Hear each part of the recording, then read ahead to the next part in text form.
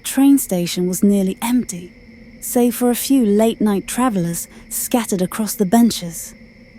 Emma pulled her coat tighter around her, the chill of the autumn night creeping into her bones. She glanced at the flickering signboard. Last train. 11:57 p.m. 10 more minutes. She sighed, shifting her heavy bag from one shoulder to the other. It had been a long day, and all she wanted was to go home. But as she stared at the empty tracks, a strange feeling settled in her chest. Something was off. A distant whistle echoed in the quiet night, and the train finally rolled in, its old-fashioned silver cars gleaming under the dim station lights. Emma hesitated. She didn't remember the train looking this way. It felt ancient, almost out of place. Still, it was late, and she was exhausted. She stepped on board. Inside, the train was eerily silent. The seats were upholstered in deep red velvet, and brass fixtures gleamed along the walls. It smelled of something faintly floral, like an old perfume. Emma took a seat near the window, watching the empty platform slip away as the train lurched forward. A soft rustling made her turn. Across from her, an elderly woman in a dark blue dress sat knitting. Emma was sure she hadn't been there a moment ago.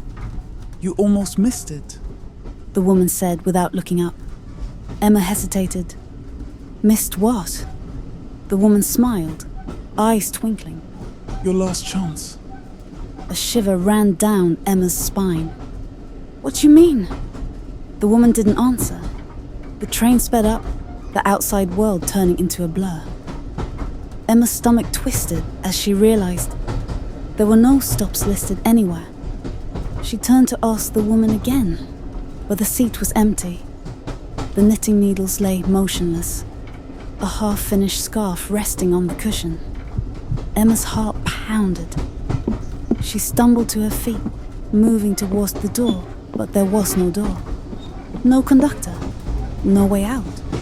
Then, with a deep shuddering groan, the train plunged into darkness. The lights flickered. For a brief second, the train car was bathed in a sickly green glow. Shapes flickered in the glass. Distorted faces, empty eyes watching her from the reflection of the windows. Emma staggered back, her breath shallow. This isn't real. The train gave another violent jolt, and suddenly, the windows weren't showing the outside world at all. Instead, she saw scenes.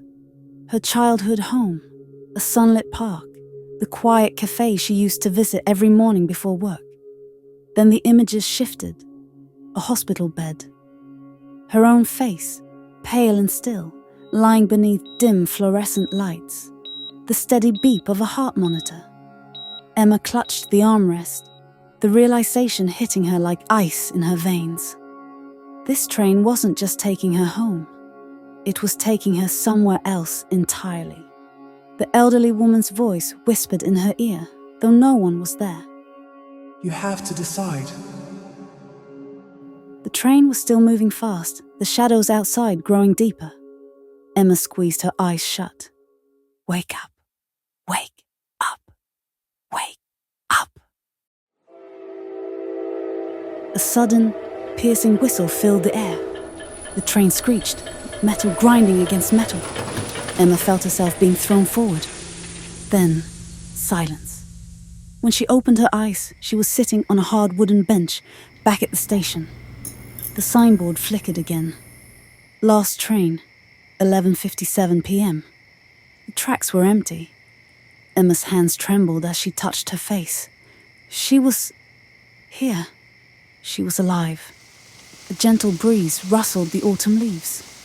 Somewhere in the distance, a train whistle sounded, fading into the night.